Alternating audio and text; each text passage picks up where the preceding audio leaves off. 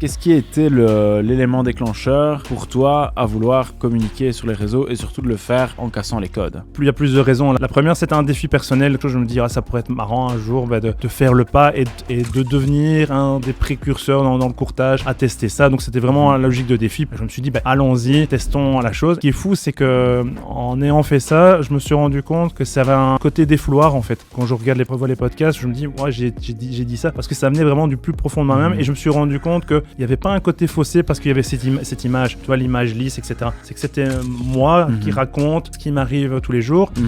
La crainte qu'il y avait derrière, c'était de se dire, est-ce que se mettre devant les réseaux sociaux comme ça, à nu, est-ce que ça va se retourner contre moi? La réponse, c'est non. Les gens se sont dit, finalement, mon courtier, je ne savais pas tel aspect. Je ne savais pas qu'il mettait autant d'attention sur certains points. En montrant les coulisses, on devient une autre version et les gens se disent, en fait, c'est un être humain comme nous, comme tout un chacun.